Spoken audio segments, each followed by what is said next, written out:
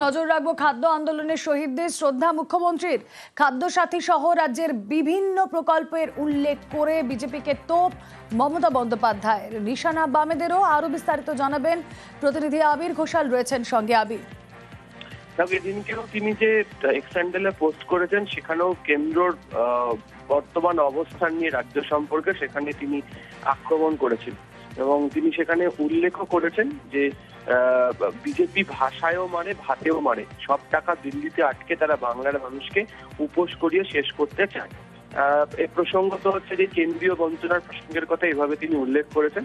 একই সঙ্গে বাম আমলেও কি অবস্থা ছিল খাদ্য সুরক্ষার ক্ষেত্রে আর রাজ্যের বর্তমান অবস্থা কি সেই সংক্রান্ত বেশ কিছু পরিসংখ্যানের কথা তুলে ধরেছেন এবং এক্ষেত্রে দাঁড়িয়ে রেশনিং ব্যবস্থা মানুষের কাছে পৌঁছে দেওয়ার জন্য রাজ্য কি কাজ করেছে সেই প্রসঙ্গের কথা যেমন উল্লেখিত হয়েছে। তবে মূল যে বিষয় সেটা হচ্ছে যে কেন্দ্রীয় বঞ্চনার ইস্যুতে বারবার তৃণমূল সামনে আনছে এবং বর্তমানে একই সঙ্গে হচ্ছে এই ভাষা আন্দোলনকে তারা সামনে আনতে শুরু করেছে। এই দুইয়ের মিশেলেই আজকে বিজেপিকে বা কেন্দ্রকে আক্রমণ করে স্যান্ডেলে পোস্ট করেছেন মুখ্যমন্ত্রী। বেশ।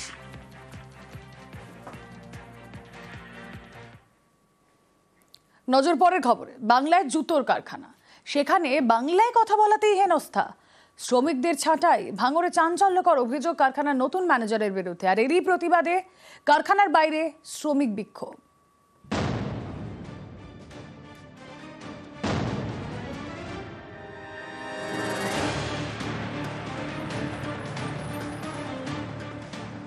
দিল্লি বা হরিয়ানা নয়, এবার ভাঙড়ের কারখানায় বাংলায় কথা বলায় হেনস্থা।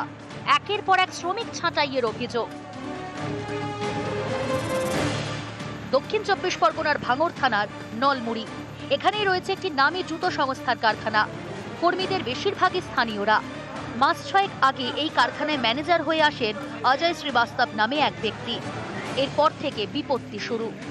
অভিযোগ, তিনি স্পষ্ট জানিয়ে দেন কারখানায় বাংলায় কথা বলা যাবে না, বাংলায় কথা বললেই ছাঁটাই করা হবে।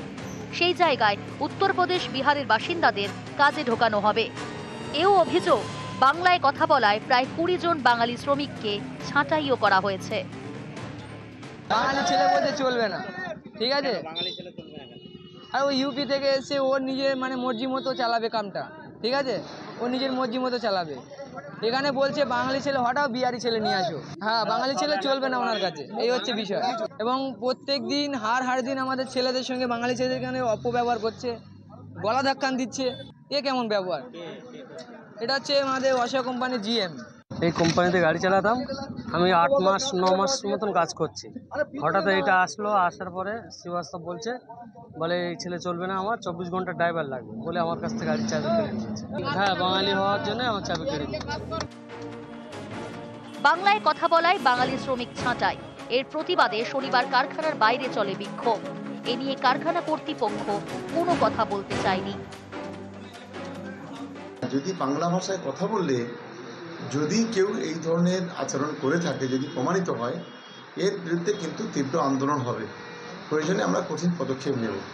কারণ এটা হচ্ছে রবীন্দ্রনাথের বাংলা, এটা কাজী নজরুল ইসলামের বাংলা, এটা বিবেকানন্দের বাংলা। আমরা সবাই মিলে একসঙ্গে থাকি, সব ধরনের মানুষ মিলে।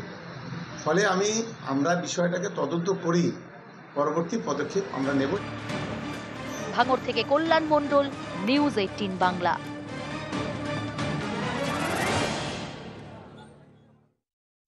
मैं भूरी भूरी प्रशंसा करता हूं। साथियों, इस आयोजन से जुड़े अनुभव को आप तक पहुंचाने के लिए मैंने सोचा है कैसे 2 खिलाड़ियों से भी बात करूं जिन्होंने इसमें हिस्सा लिया।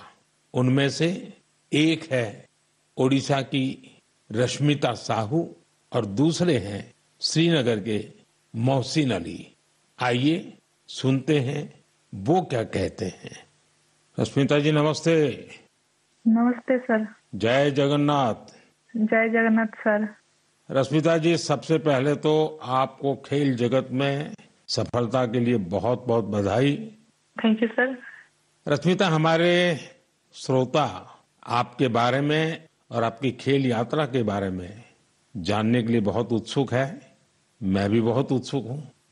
उड़ीसा से, और मैं कैनोइंग प्लेयर हूँ। मैं 2017 से कोर्स ज्वाइन किया था, कैनोइंग शुरू किया था।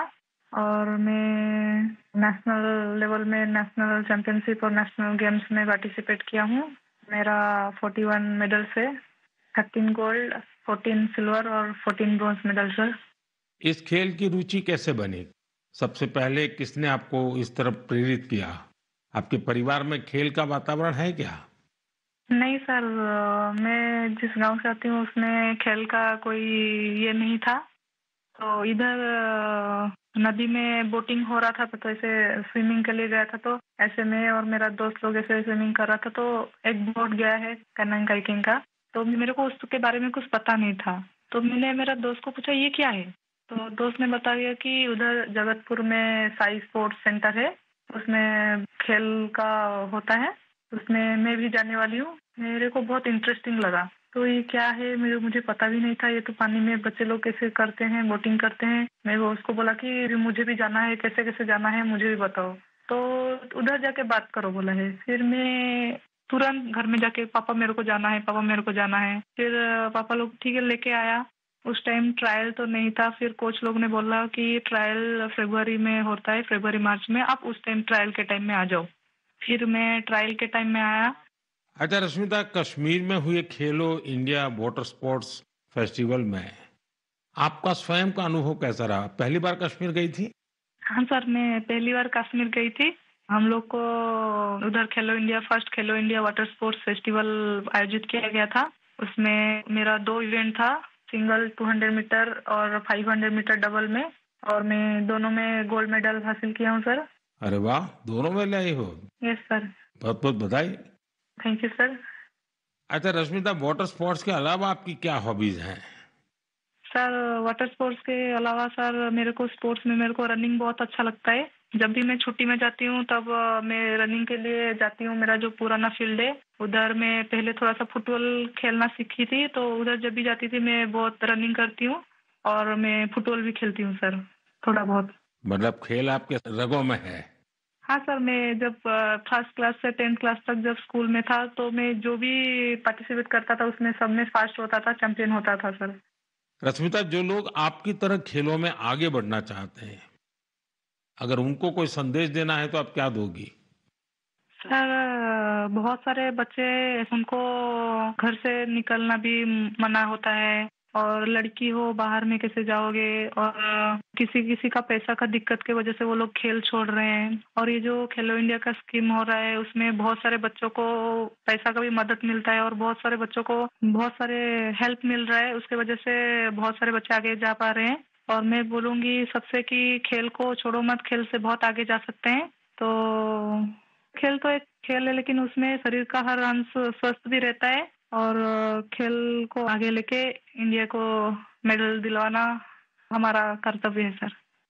चलिए रश्मिता जी, मुझे बहुत अच्छा लगा।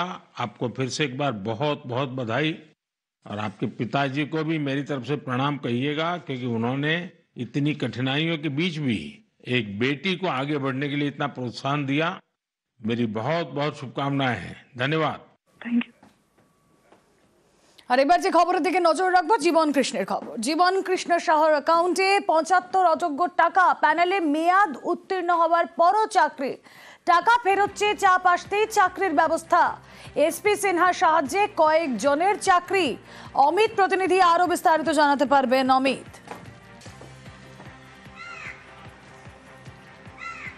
দেখো, 2016 সালের এসএসসির যে নিয়োগ, তার যে প্যানেল, সেই প্যানেল 2018 সালের ডিসেম্বর মাসে উত্তীর্ণ হয়ে যাওয়ার পর 2019-এর জানুয়ারি থেকে মে মাসের মধ্যে বেশ কয়েকজনের চাকরি সুনিশ্চিত করেছেন জীবন কৃষ্ণ সাহা। কারণ জীবন কৃষ্ণ সাহা 75 জন অযোগ্য চাকরি প্রার্থীর থেকে টাকা নিয়েছিলেন, এবং সেখানে টাকা নেওয়ার পর চাকরি তিনি যখন দিতে পারছেন না, চাকরি প্রার্থীদের কাছ থেকে তার কাছে চাপ আসতে শুরু করে যে চাকরি দিতে হবে না টাকা ফেরত দিতে হবে। এই জায়গায় যখন এই পরিস্থিতি যখন তৈরি হয়, তখন মধ্যস্থতাকারী প্রসন্ন রায়ের মাধ্যমে নগদে টাকা পাঠানো হয়েছিল এসপি সিনহা, যিনি হচ্ছে এসএসসি উপদেষ্টা কমিটির মাথায় ছিলেন।